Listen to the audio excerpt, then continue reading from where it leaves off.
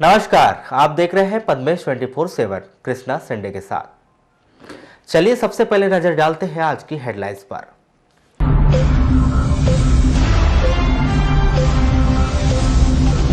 धनसुआ पंचायत के ओदा गांव के घर में घुसा तेंदुआ, वन विभाग की टीम ने किया रेस्क्यू। शासन की बेरुखी, परिवहन नहीं होने से बंद हुई धान खरीदी, ग्रामीणों ने उग्र आंदोलन की दी चेतावनी। तानिया जैन बनी मिस बालाघाट तो मेघा मंगलानी बनी मिसेज बालाघाट, रोटरी क्लब का आयोजन। नए वर्ष से नए समय पर खुलेंगे और बंद होंगे शासकीय बैंक, रिजर्व बैंक ने जारी किया गाइडलाइन। आंगनवाड़ी कार्यकर्ता और पटवारियों के विरोध से अधर में अटका बीपीएल राशन कार्ड सत्यापन का कार्य। दहेज के लोभी ससुराल वालों ने जलाकर मार दी बहू, सास ससुर और पति पर मामला दर्ज।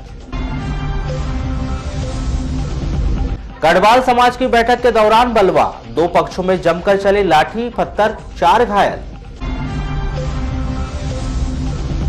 पद्मेश न्यूज के खबर के बाद जागा नगर पालिका, सोमवार की रात को जल पड़े अलाव। सिख समाज के द्वारा निकाला गया नगर कीर्तन, गुरु गोविंद सिंह जी के प्रकाश पर्व के पूर्व हुआ आयोजन। और महाकाल सेना का आयोजन, नए वर्ष में निकाली जाएगी 16,666 फीट की लंबी चुनरी यात्रा। अब बढ़ते हैं खबरों की ओर। शासन चाहे लाख कोशिश कर ले, लेकिन समाज के भीतर दहेज जैसी कुरीति और दहेज के लोभी दानवों का अंत नहीं हो पा रहा है। रविवार को एक बार फिर दहेज के लोभी लोगों ने अपनी बहू को जलाकर मार डाला। घटना वारासिनी तहसील के बड़गांव की। इलाज के दौरान जिला अस्पताल में दुर्गेश्वरी बिसेन ने पुलिस को बयान दिया कि सास ससुर और पति राजेंद्र बिसेन ने मिट्टी का तेल डालकर उसे आग के हवाले कर दिया। घटना में दुर्गेश्वरी बहुत अधिक जल चुकी थी और इलाज के दौरान रविवार की देर रात को उसकी मृत्यु हो गई। दुर्गेश्वरी के चाचा फुलचंद राहंजाले ने बताया कि वर्ष 2017 में दुर्गेश्वरी की शादी बड़गांव निवासी राजेंद्र बिसेन से हुई थी, लेकिन दहेज को लेकर दुर्गेश्वरी के परिवार वाले उससे विवाद करते थे। कुछ दिन पहले ही गांव में समझौता करवाया गया। इस दौरान पैसे देकर उसे दोबारा ससुराल भेजा गया था, लेकिन उसके 5 दिन बाद ही ससुराल वालों ने उसे मिट्टी का तेल डालकर जला दिया।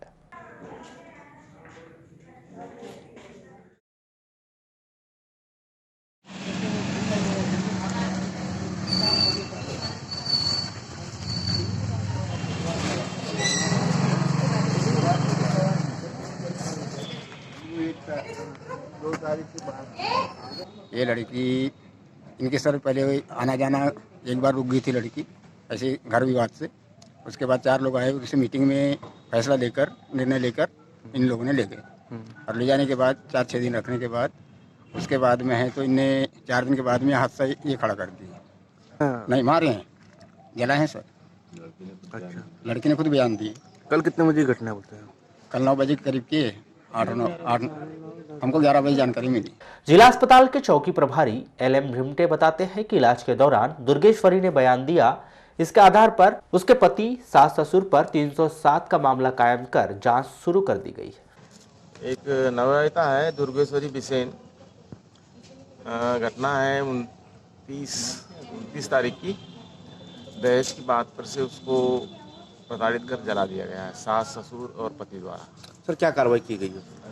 अभी उसके ऊपर में 307 का मामला कायम किया गया परिवार वालों पर। सर किस आधार पर उस पर मामला दर्ज किया गया उनके परिवार वालों पर? उन्होंने ये जानते हुए कि इसकी मृत्यु हो जाएगी, जानबूझकर उसको मिट्टी तेल डालकर जलाया गया है। तो क्या उसके कथन ले लिए गए थे पीड़िता के? हाँ, पीड़िता के कथन ले लिए गए हैं, DD भी हो गई है उनकी और आज उसकी मृत्यु हो गई। इसमें 307, 498, 34 और 3-4 दहेज प्रतिशत अधिनियम की धाराएं लगाई गई है। अब अग्रिम कार्रवाई आज पंचनामा के पश्चात में डायरी वारासिनी थाना भेजी जाएगी, फिर अग्रिम कार्रवाई वहाँ से की जाएगी। बीते 6 महीने के आंकड़ों पर नजर डाली जाए तो जिले के भीतर आधा दर्जन से अधिक नवविवाहिताओं ने इसलिए अपनी जान गंवा दी क्योंकि दहेज के दानवों ने उन्हें प्रताड़ित किया। कहीं ना कहीं उन्हें आत्महत्या जैसे आत्मघाती कदम उठाने पर मजबूर कर दिया या फिर दबे पांव उनकी हत्याएं कर दी। रविवार की रात को एक और नवविवाहिता दहेज लोभियों के लालच का शिकार हो गई और समाज के लिए कई सवाल छोड़ गई।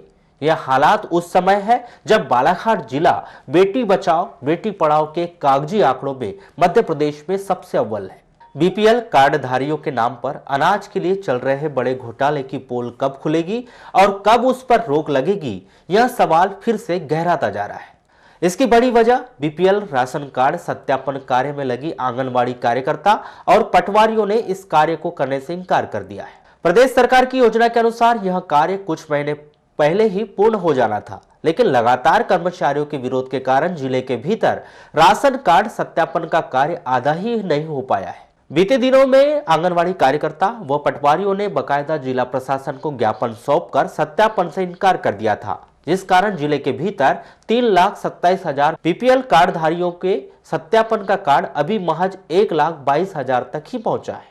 यह स्थिति उस समय और अधिक खराब हो जाती है जब इस कार्य को करने में किसी भी विभाग के अधिकारी रुचि नहीं दिखा रहे। पूरे मामले पर खाद्य अधिकारी श्री चौधरी बताते हैं कि कलेक्टर श्री दीपक आर्य ने आदेश दिया है कि सत्यापन कार्य आंगनबाड़ी कार्यकर्ता और पटवारियों को करना ही होगा। अब देखना यह है कि कर्मचारी इस आदेश का कितना पालन करते हैं और कब तक यह कार्य पूरा हो पाता है। बालाघाट जिले का एक गांव कट्टीपार शायद नक्सलवाद की वजह से इस गांव का नाम हम कभी कभार ही सुन लेते हैं, लेकिन इस गांव में कितनी परेशानी है, इस गांव के लोग कैसे यहाँ निवास करते हैं, इस बारे में हम शायद ही जानते हैं। जिला मुख्यालय से लगभग 100 किलोमीटर दूर लांजी तहसील का आखिरी बड़ी पंचायत रिसेवाड़ा से 100 किलोमीटर दूर वनांचल क्षेत्र में बसा कट्टीपार गांव में पहुंचने के लिए सड़क नहीं है, 5वीं तक स्कूल है, बच्चे पढ़ाई के लिए महाराष्ट्र राज्य जाते हैं, अस्पताल नहीं है और ग्रामीणों को तो यह पता नहीं कि इससे पहले कोई अधिकारी या कोई जनप्रतिनिधि यहां उनसे मिलने आया था।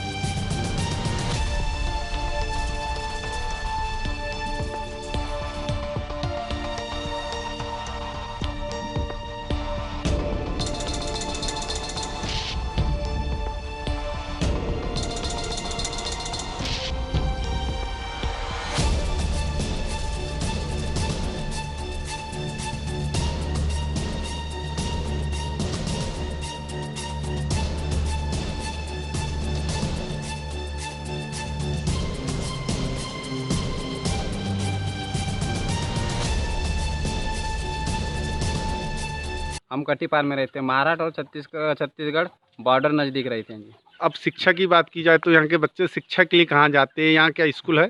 यहाँ तो स्कूल है मगर 5वीं तक है, मगर बराबर शिक्षा नहीं होती। इसके कारण सब बच्चे पहले से उधर महाराष्ट्र भेज देते हैं और कोई एमपी में जाते हैं, उधर रिसेवाड़ा किरनापुर अपना लांजी। तो कितने किलोमीटर महाराष्ट्र में यहाँ के बच्चे पढ़ने जाते हैं? यहाँ से मिनिमम 25 किलोमीटर दूर जाते तो हैं। कोई कठिनाई या यहाँ से आवागमन के क्या साधन है? आपको महाराष्ट्र में जाना है, कोई स्कूल जाना है या बालाघाट जिले के कोई बड़े स्कूल में जाना है, तो आप कैसे जाते हैं? क्या साधन से जाते हैं? सुविधा तो कुछ भी नहीं है जी, सिर्फ पैदल ही चलना पड़ता है हमको। उतना घने जंगल से जाते हैं, नदी नहा के जाते हैं, जंगली जानवरों का डर रहता है, फिर भी क्या शिक्षा लेना है तो जाना ही पड़ता है। जाना ही पड़ता है। और राशन तो मिलता है जी, मगर राशन रिसेवाड़ा लेने जाते हैं, पैदल ही जाते हैं जी। कितने किलोमीटर है रिसेवाड़ा यहाँ से? रिसेवाड़ा यहाँ से 16 किलोमीटर दूर है। परिवहन का साधन? परिवहन का साधन नहीं है जी। व्यवस्था तो है मगर बहुत दूर है जी, बहुत मुश्किल से लाना पड़ता है पानी। बारिश उरिश में चिक्कल कानड़ में लाना पड़ता है पानी, गांव के बाहर ही है पूरा पानी। यही नहीं, जब गणेश से हमारी बात आगे बढ़ी तो उसने हमें बताया कि यदि कोई बीमार हो जाए तो पैदल उसे अस्पताल ले जाना पड़ता है। किसी की डिलीवरी का समय हो जाए तो खाट पर बैठाकर उसे अस्पताल पहुंचाया जाता है। यही नहीं, ऐसी कोई परेशानी नहीं है जो गणेश ने हमें नहीं बताई। तबीयत खराब हो गया तो हम तो सीधा रिसेवाड़ा या तो फिर महाराष्ट्र दर्रे कस्सा जाते हैं जी। यहाँ से कट्टीपार से दर्रे कस्सा 14 किलोमीटर है जी। परिवहन का साधन नहीं है जी, बस किसी से कोई हेल्प मांगो, बाइक है तो बाइक से ले जाओ, नहीं तो फिर चलो पैदल है। जब हमारे ग्राम की एक महिला से बात हुई तो उसने बताया कि बीते दिनों उसकी बहू की डिलीवरी का समय था। उसने कॉल करके एम्बुलेंस बुलाई, लेकिन एम्बुलेंस चालक ने कट्टीपार जाने से मना कर दिया। समस्या बहुत है। अभी 1 महीना हुआ है मेरी बहू डिलीवरी हुई है। हाँ। मेरी बहू डिलीवरी हुई है, 1 महीना हुआ तो उसके लिए गाड़ी बुलाए। हाँ। गाड़ी बुलाए तो गाड़ी नहीं आती कह के हमको बोल दिए जब डिलीवरी हुई मेरी बहू तो अच्छा से अच्छा हुई डिलीवरी तो ठीक है, और जब डिलीवरी के समय में अब कोई खतरा रह जाता तो मेरी बहू कैसी हो जाती। समस्या में यहाँ तो समस्या में कोई नहीं आते, डॉक्टर नहीं आते और कोई नहीं आते। कट्टीपार तो एक उदाहरण है। बालाघाट जिले में ऐसे 1 दर्जन से अधिक गांव है जो जंगल में बसे होने का दंश झेल रहे हैं। शासन प्रशासन की योजनाओं से कोसों दूर है।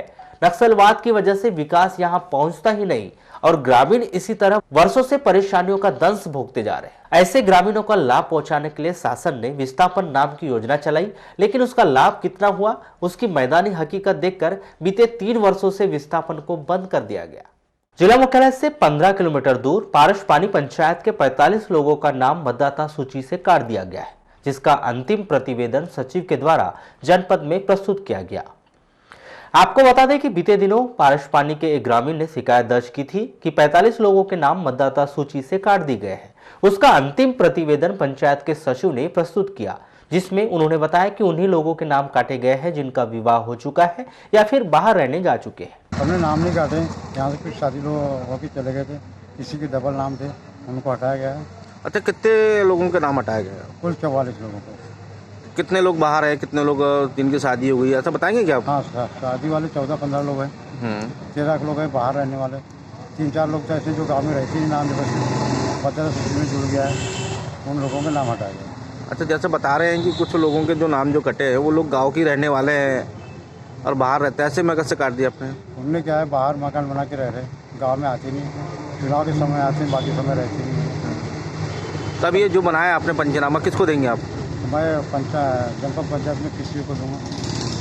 अच्छा, किसी यानी पंचायत इंस्पेक्टर को जाएगा। जनपद पंचायत बालाघाट के अधिकारियों ने जांच प्रतिवेदन में पाया कि सचिव के द्वारा किसी भी तरह की कोई गलती नहीं की गई है।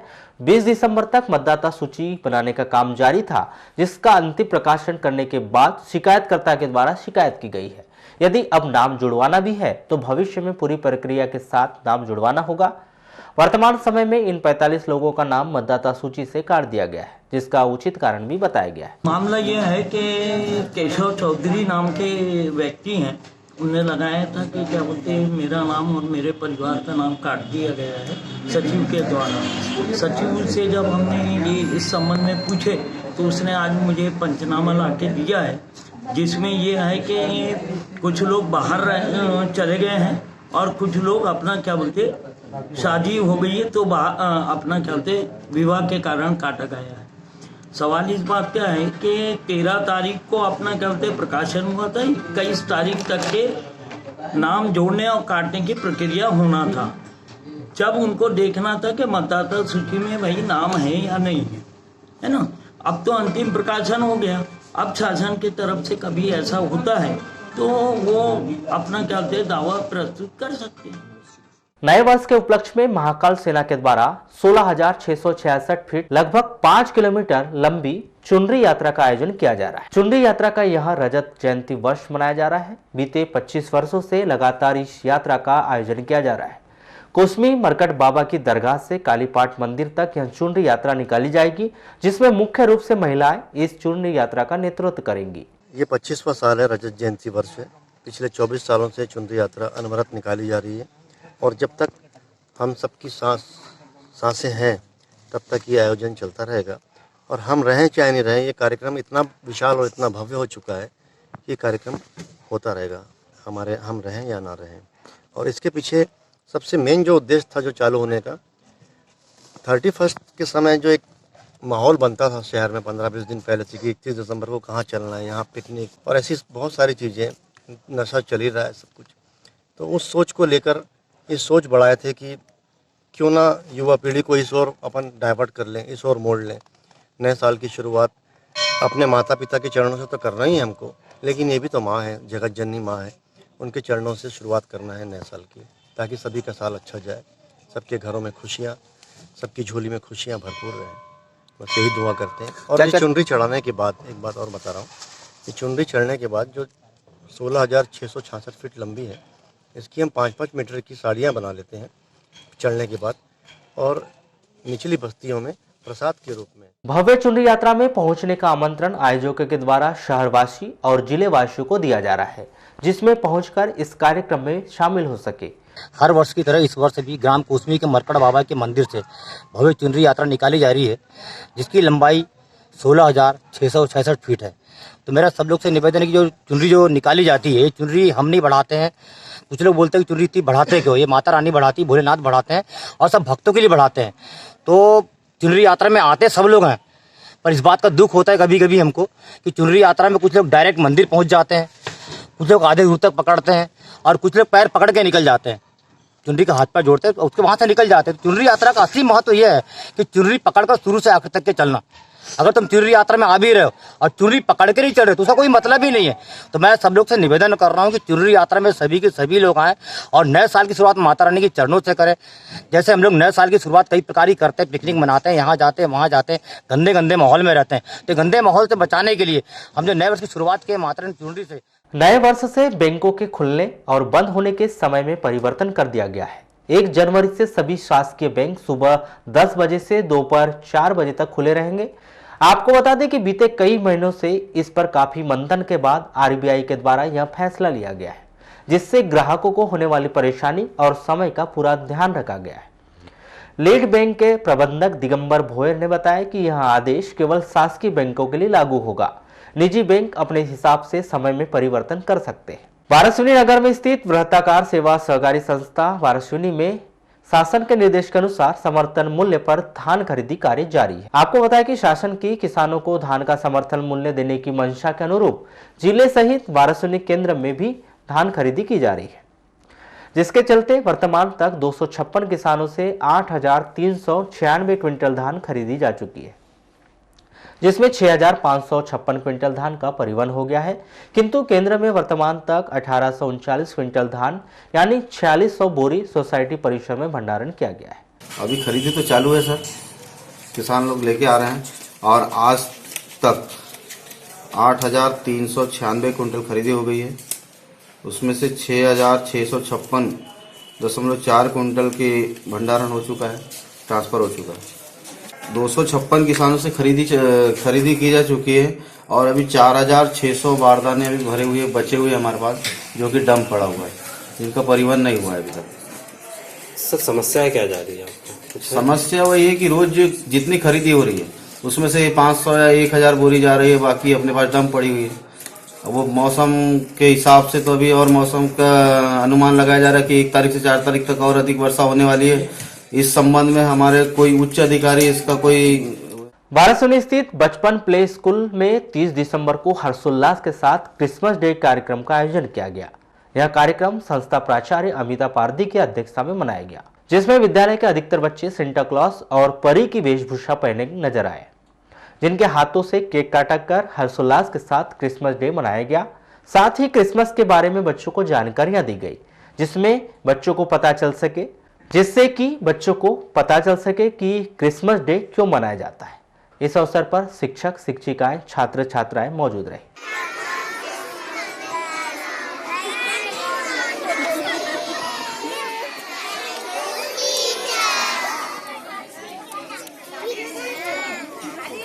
आज हमारे स्कूल में क्रिसमस का सेलिब्रेशन हुआ है। हम लोगों ने छोटे बच्चों को सेंटा क्लॉथ बना करके उनके पेरेंट्स ने उनसे बहुत अच्छे तरीके से तैयार करके फेरीज आई हैं, गर्ल्स फेरीज बन के आई हैं और उन लोगों ने यहाँ पर क्रिसमस का एक छोटा सा फंक्शन हमारे द्वारा स्कूल में किया गया है, जिसमें बच्चों ने काफ़ी इंजॉय किया है यहाँ पे और केक कट करके ये इसका हम लोगों ने सेलिब्रेशन किया है। आयोजन का उद्देश्य क्या रहता है? नए साल के पहले हम लोग ये ठंड में स्पेशली 25 दिसंबर को क्रिसमस सेलिब्रेशन किया जाता है, लेकिन अभी ठंड ज़्यादा होने की वजह से आज हम लोगों ने 30 का ये क्रिसमस का सेलिब्रेशन किया है बच्चों का।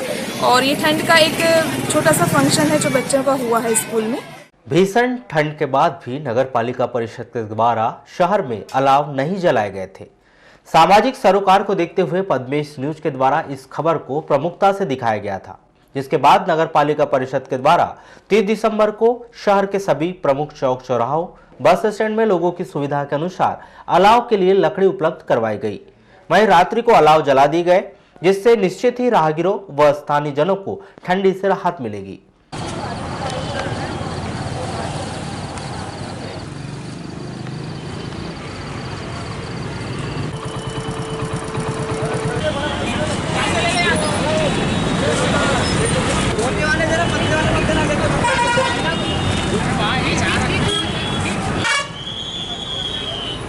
महिलाओं के लिए ठंड बहुत ज़्यादा पड़ रही है। हर चौक चौराहा लकड़ी डाली जा रही है। बस स्टैंड है, अस्पताल है, काली पुतली चौक है, अवंती चौक है, होते हुए पूरा रेलवे स्टेशन है। शासन के द्वारा शुरू की गई समर्थन मूल्य पर धान खरीदी पर परिवहन नहीं होने की वजह से ब्रेक लगता दिखाई दे रहा है। जिला मुख्यालय से 18 किलोमीटर दूर जरेरा पंचायत में स्थित धान खरीदी इसी वजह से बंद कर दी गई, क्योंकि परिवहन का कार्य शुरू नहीं हो पाया है। लगभग 2 दिन हुआ है। क्यों बंद कर दी गई आपको? सर ये परिवहन नहीं हो पा रहा है यहाँ से। क्यों? यहाँ तो जगह बहुत सारी है फिर भी। नहीं, जगह है, परंतु यहाँ से जब से खरीदी हुई मात्र 2 ट्रक गए हैं। यहाँ से 320 क्विंटल का परिवहन हुआ है। लगभग 6,500 क्विंटल खरीदी हो गई है। एक भी मतलब फिर ट्रक वाले परिवहनकर्ता को बोला गया तो वो बोलते हैं कि बोले कलेक्टर साहब से बात कर लो आप। तो कितने दिन हो गए बंद कर दी? तो आपने 3 दिन हुआ है सर लगभग। तो सूचना दे दी है इसकी आपने? जी हाँ सर, एक पत्र तो दे दिए। अभी क्या संभावना लग रही कुछ? अब जैसे निर्देश जारी होंगे तो कुछ परिवहन का विकल्प खुलेगा तो शायद हो। अच्छा, कितना माल टन पड़ा होगा अभी? हमारे पास लगभग 6,200 क्विंटल है। तो ये बताइए फिर भी और कितने किसान बचे पे हैं?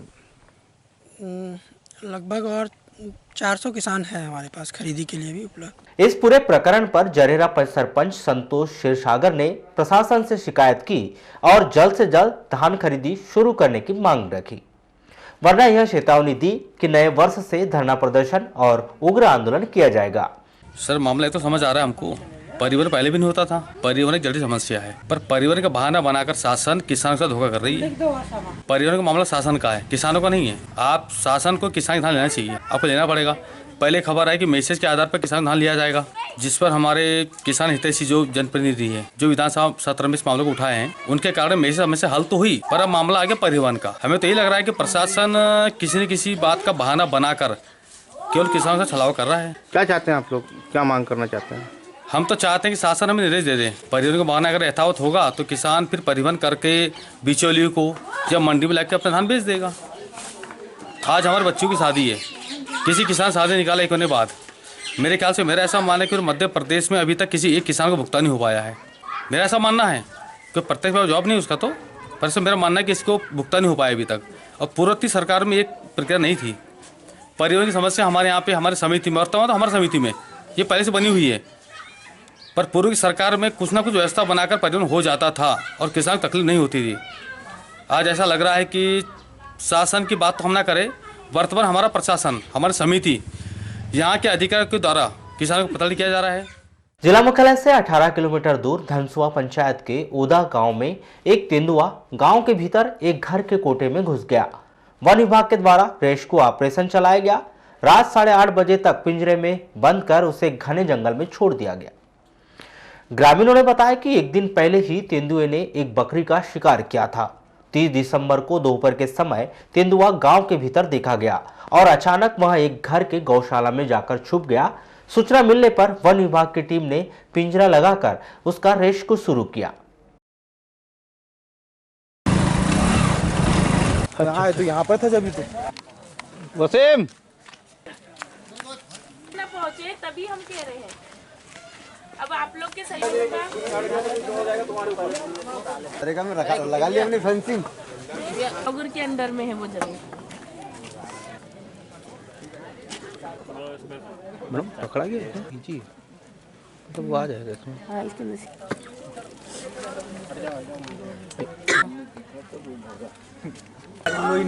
अरे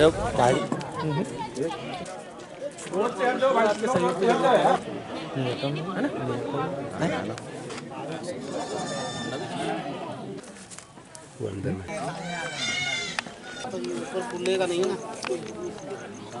और बकरी मरती तो किसी चिंता दिखाते।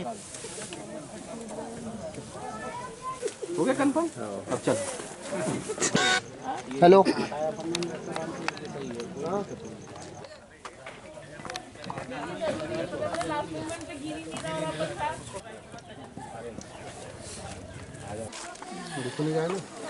भाई बालान जा रहा था, यहाँ था, ये बाड़ी में था यहाँ।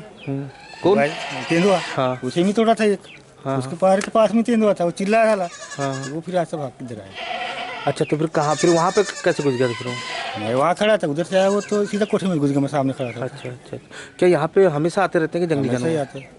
कौन कौन से जानवर आते हैं? तेंदुआ दिखता जाता था, बकरी खाता था। पहले भी कभी नुकसान किया है क्या इसने? हाँ, आज ही रात में और मारा था एक बकरी के यहाँ। तो जंगल पास में पड़ता है क्या? हाँ, जंगल पास में। कब से आ रहे हैं? फिर भी 8-10 साल हो गया। परेशान करते रहते हैं पूरे? परेशान तो अभी कर रही। एक ही है क्या? और भी एक ही है। कैसा दिखता है ये? बुंदकी वाला है। बुंदकी वाला है। क्या नाम? घर में नहीं आया था, ये हमारी बाड़ी में आया था। मैं आया था सेमी तोड़ने के लिए। तो सेमी के पेड़ के नीचे था, वो ढक्कन के नीचे में सोया हुआ था। अच्छा, फिर क्या हुआ? फिर वहाँ से वो जैसा मैं तोड़ने गया था, उसी टाइम के जैसे उसके पैर लगा उसको थोड़ा सा, तो इकट्ठे वो उठ गया और भगने चालू कर दिया। अच्छा, डर गए थे आप उस समय? और डर गया था मैं भी। अच्छा, पहले भी कभी आया था कि? नहीं, पहले आया था कहते हैं, और पहले रात में और मारा है कहते हैं यहाँ पे। रात में हमारी एक बकरी मारा है। और भी जानवर आते हैं क्या यहाँ पे? और जानवर तो ये तेंदुआ का ही ज़्यादा बता रहे हैं। तेंदुआ ज़्यादा? हाँ। गांव के सतीश हिरणमार ने बताया कि एक दिन पहले तेंदुए ने उसकी बकरी का शिकार कर लिया था। इस बात की सूचना उसके द्वारा वन विभाग को दे दी गई थी। हाँ। कब? आज नाइट में मारा है? हाँ। अच्छा, ये बताओ, इसके पहले भी आते थे क्या? पहले भी आए हैं। तो और भी मारेंगे जानवरों को? हाँ। इंसान को तो नहीं मारे? इंसान को नहीं, जानवर को। हाँ। दिन में भी आ जाते हैं क्या? हाँ, दिन में भी आ जाते हैं। रात में भी आते हैं? रात में। तो फॉरेस्ट वाले को नहीं बताते क्या आप लोग? फॉरेस्ट वाले को बताते हैं तो क्या। बालाघाट वन रेंज अधिकारी पायल राजावत ने बताया कि ग्रामीणों की सूचना पर तेंदुओं को रेस्क्यू किया गया। रात करीब 8:30 बजे सकुशल तेंदुए को पिंजरे में बंद कर उसे घने जंगल में छोड़ दिया गया। इस सबसे ज़्यादा सूचना मिली थी कि ओदा ग्राम में एक तेंदुआ घुस गया है। तो उस जानकारी के तत्काल हम लोग पहुँचे, हमारी पूरी रेस्क्यू टीम पहुँची। तो अभी रेस्क्यू की कार्रवाई चल रही है। मैम, आपके द्वारा तफ्तीश कर ली गई कि? हाँ, बिल्कुल हम तफ्तीश कर ली गई है। तेंदुआ है। मैम, पहले भी आ चुका है क्या तेंदुआ? नहीं, अभी तक तो ये इस एरिया में नहीं, लेकिन हाँ कल एक यहाँ पर बकरी का गारा हुआ था, तेंदुए के द्वारा किया गया था, कल ही हुआ है। तो तेंदुए की प्रेजेंस है, लेकिन कभी वो भी रात्रि में आते हैं। मैम, किसी को कुछ नुकसान नहीं, अभी ऐसी कोई जनहानि या कोई पशु हानि की अभी तो ऐसी कोई खबर नहीं है। महात्मा गांधी के आदर्शों एवं उनके आचरण का अनुसरण करने के लिए छात्रों को प्रेरित करने के मकसद से अब जिले के तमाम छात्रावास एवं आश्रम में गांधी स्तंभ स्थापित किए जाएंगे, जिसके निर्देश आदिम जाति कल्याण विभाग के आयुक्त के द्वारा दिए गए हैं। गांधी स्तंभ के निर्माण को लेकर 10,000 रुपए की राशि छात्रावास प्रबंधन को आकस्मिक निधि से खर्च कर सकता है। रसोई गैस उपभोक्ताओं की सुविधाओं के लिए शासन के द्वारा लॉन्च की गई इजी कार्ड योजना के काफी फायदे होने के बावजूद भी इस योजना से उपभोक्ता दूर नजर आ रहे हैं। ऐसे उपभोक्ताओं को प्रोत्साहित करने के लिए गैस एजेंसियों के द्वारा भरपूर प्रयास किए जा रहे हैं। वहीं उनके द्वारा यह भी कोशिश की जा रही है कि रसोई गैस लेने के लिए उपभोक्ता अधिक से अधिक ऑनलाइन ट्रांजैक्शन करने में रुचि दिखाए। इस संदर्भ में दूरभाष पर चर्चा के दौरान एचपी गैस एजेंसी के संचालक शारदा जैन ने कहा कि ऑनलाइन बुकिंग सहित राशि का लेन देन के लिए रसोई गैस उपभोक्ताओं को प्रोत्साहित किया जा रहा है। ऑनलाइन प्रक्रिया को अपनाने के बाद उपभोक्ताओं को काफी सुविधाएं प्राप्त होती है। इसके लिए उन्हें जागरूक होने की आवश्यकता है। 2 जनवरी को गुरु गोविंद सिंह जी के प्रकाश पर्व के उपलक्ष्य में सिख समाज के द्वारा नगर में नगर कीर्तन निकाला गया। शहर में स्थित गुरुद्वारे से यह नगर कीर्तन यात्रा प्रमुख मार्गों का भ्रमण करते हुए हनुमान चौक, मुख्य बाजार, काली पुतली चौक के रास्ते अंबेडकर चौक होते हुए गोंदिया रोड के रास्ते गुरुद्वारा पहुंची। इस दौरान बड़ी संख्या में समाज के लोग इस नगर कीर्तन यात्रा में उपस्थित थे, तो अन्य समाज के लोगों के द्वारा उनका जगह जगह स्वागत किया जा रहा था।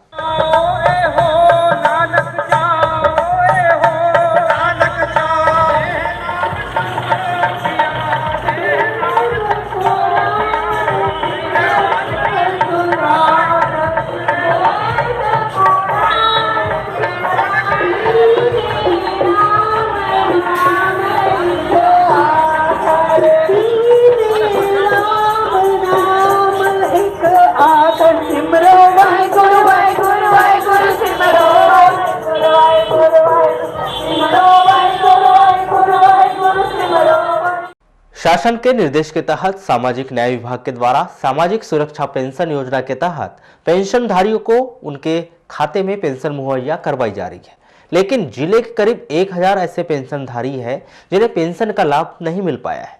यदि विभाग के अधिकारियों की माने तो इन पेंशनधारियों के खाते में पेंशन भेजी गई थी, लेकिन असफल भुगतान के चलते इन्हें पेंशन प्राप्त नहीं हो पाई है, जिसका सत्यापन पुनः किया जा रहा है।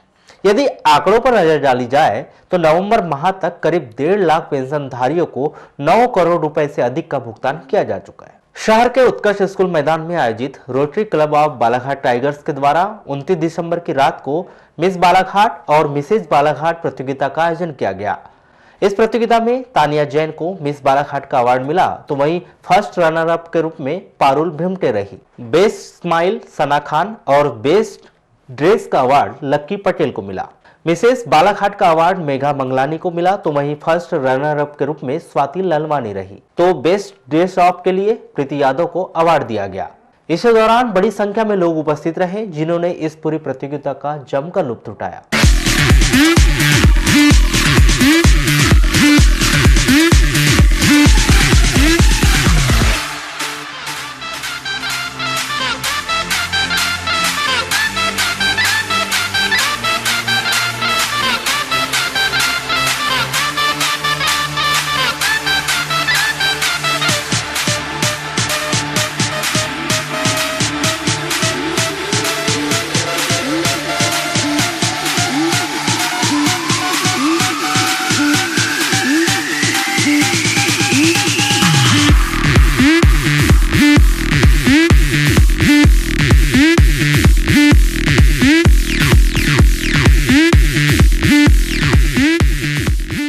जिले के बैयर थाना के अंतर्गत मुक्की रोड पर पिकअप और महिंद्रा में आपस में टक्कर होने की वजह से 3 लोग घायल हो गए। जानकारी के अनुसार 30 दिसंबर को दोपहर 12 बजे जयशंकर जैतवार, युवराज और शैलेंद्र पिकअप में सामान लेकर जा रहे थे। इसी दौरान बैयर की ओर से आ रही महिंद्रा कार से दोनों गाड़ियों में टक्कर हो गई। घटना में जयशंकर जायसवाल निवासी बैयर, युवराज निवासी कोहका बैयर, शैलेंद्र प्रसाद निवासी बिरवा बैयर को गंभीर रूप से चोट आने पर उन्हें जिला अस्पताल में भर्ती कराया गया। पाथरी बीट में पदस्थ वन रक्षक धन सिंह मस्कोले उम्र 45 वर्ष की जिला अस्पताल में इलाज के दौरान मौत हो गई। जानकारी के अनुसार धन सिंह बोरखेड़ा तिरोड़ी निवासी है, जो पाथरी बीट में पदस्थ थे। बीते दिनों से वे बीमार होने की वजह से 30 दिसंबर की रात्रि को उन्हें जिला अस्पताल में भर्ती कराया गया, जहां इलाज के दौरान उनकी मौत हो गई। अखिल भारतीय गढ़वाल समाज की बैठक बस स्टैंड स्थित धर्मशाला में आयोजित की गई। इस दौरान 2 गुट आपस में भिड़ गए, जिसमें जमकर लाठी और ईंट चले। इस दौरान दोनों पक्ष की ओर से 4 लोग घायल हो गए। जानकारी के अनुसार 29 दिसंबर को करीब 4 बजे समाज की एक स्वजाति बंधुओं के द्वारा बैठक बुलाई गई थी, जिसमें अंतर जातीय विवाह को लेकर विवाद हो गया। वारदात इतनी अधिक बढ़ गई कि समाज के लोगों में हाथापाई की नौबत आ गई, जो डंडे और लाठी तक पहुंच गई।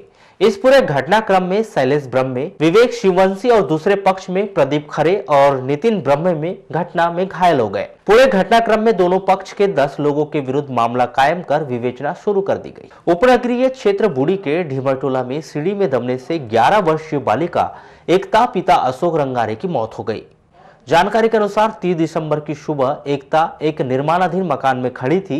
इस दौरान अचानक सेंटरिंग हटाने के दौरान सीढ़ी का मलबा एकता पर गिर गया, जिससे वह गंभीर रूप से घायल हो गई। इलाज के लिए उसे जिला अस्पताल में भर्ती कराया गया, जहां उसे मृत घोषित कर दिया गया। घर पे सीढ़ी का काम चल रहा था, वो सीढ़ी का प्लास्टर चल रहा था, ये नीचे बैठी हुई थी।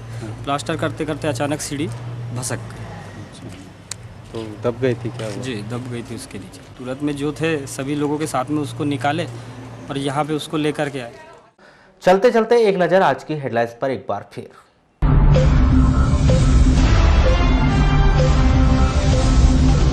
धनसुआ पंचायत के ओदा गांव के घर में घुसा तेंदुआ, वन विभाग की टीम ने किया रेस्क्यू।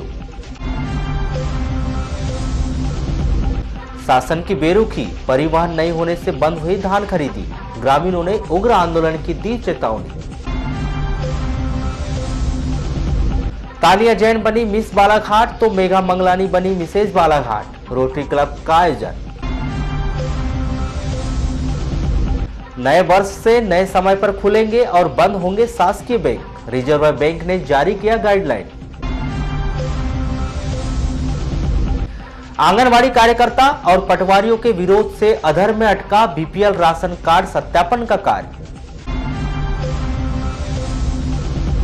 दहेज के लोभी ससुराल वालों ने जलाकर मार दी बहू, सास ससुर और पति पर मामला दर्ज। गढ़वाल समाज की बैठक के दौरान बलवा, दो पक्षों में जमकर चले लाठी पत्थर, 4 घायल। पद्मेश न्यूज के खबर के बाद जागा नगर पालिका, सोमवार की रात को जल पड़े अलाव। सिख समाज के द्वारा निकाला गया नगर कीर्तन, गुरु गोविंद सिंह जी के प्रकाश पर्व के पूर्व हुआ आयोजन। और महाकाल सेना का आयोजन, नए वर्ष में निकाली जाएगी 16,666 फीट की लंबी चुनरी यात्रा। तो पद्मेश 24/7 में बस इतना ही। बने रहिए हमारे साथ, तब तक के लिए दीजिए इजाजत। नमस्कार।